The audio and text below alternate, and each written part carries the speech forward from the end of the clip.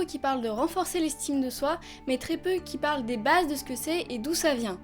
Alors, développé par James Knowles, c'est le rapport entre ce que nous sommes et ce que nous voudrions être. Autrement dit, c'est le jugement que l'on porte sur soi. L'estime de soi fait partie des besoins capitaux pour le développement de la personnalité. Selon la pyramide des besoins de Maslow, c'est se sentir compétent et reconnu. Donc se sentir capable de réaliser des projets personnels et être soutenu ainsi que félicité par l'entourage. L'estime de soi repose sur 3 piliers. La confiance en soi, c'est-à-dire la foi en notre capacité à agir. L'image de soi, c'est-à-dire la manière dont on se perçoit. Et enfin, l'amour de soi, c'est-à-dire l'attention et l'amour que je me porte. Selon Mark Bryan et Julia Cameron, l'estime de soi dépend de la façon de prendre soin de soi. Il faut d'abord s'aimer soi-même avant d'aimer les autres. Citation qu'on a tous bien trop souvent entendue. Mais qu'est-ce qu'on entend par là ? Eh bien, c'est s'estimer assez pour ne pas se nuire. En d'autres termes, se protéger des relations toxiques, être convaincu de sa valeur et prendre soin de soi au quotidien. D'où vient l'estime de soi ? Selon Charles Horton Cooley, le sentiment de valeur de soi serait une construction sociale, façonnée par les relations avec l'entourage et cela dès l'enfance. Si on traduit cette phrase hautement philosophique, l'estime de soi vient de notre famille, notamment de nos parents, ou du moins des personnes qui s'occupent de nous. En effet, ceux-ci jouent un rôle fondamental dans le développement de l'estime de soi. Un environnement stable, des parents attentifs et enfin un sentiment de sécurité à la maison permet de développer une stabilité émotionnelle. Et donc les conditions propices au bon développement de l'estime de soi. Eh bien oui, avoir des gens qui nous soutiennent quand le moral est au plus bas, ça peut aider. L'estime de soi évolue tout au long de la vie, selon notre expérience personnelle ainsi que le regard d'autrui. Pour que ce soit plus clair, je vais prendre l'exemple de l'échec scolaire. Un enfant échoue à un examen. 2 réactions possibles.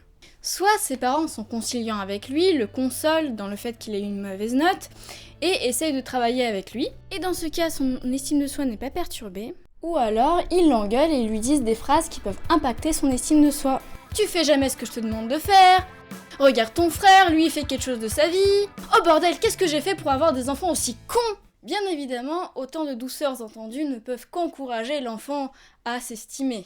Comment reconnaître une faible estime de soi par rapport à une bonne estime de soi ? Les critères que je donne ne sont pas exclusifs, bien évidemment, mais il y a notamment les personnes qui acceptent les critiques et qui ne se mettent pas sur la défensive, les personnes qui pensent qu'elles sont de bonnes personnes et qui ne se dévalorisent pas, et enfin une personne qui fait en général attention à elle-même, c'est-à-dire comment elle s'habille, qui elle fréquente, etc.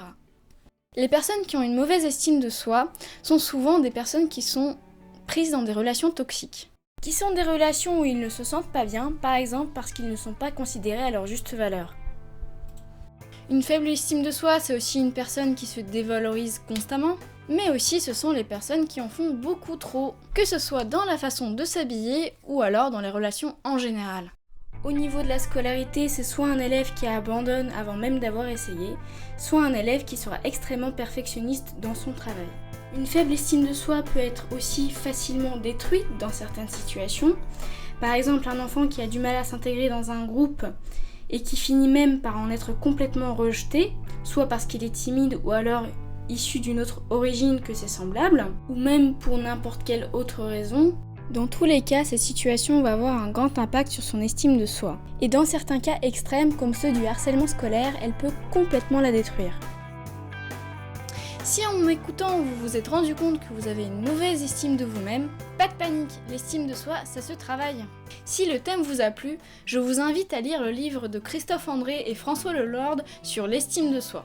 Cet ouvrage, clair et accessible à tous, vous permettra d'approfondir le sujet et répondre à certaines questions que je n'ai pas pu traiter. J'espère que cette vidéo vous a plu et je vous dis à une prochaine!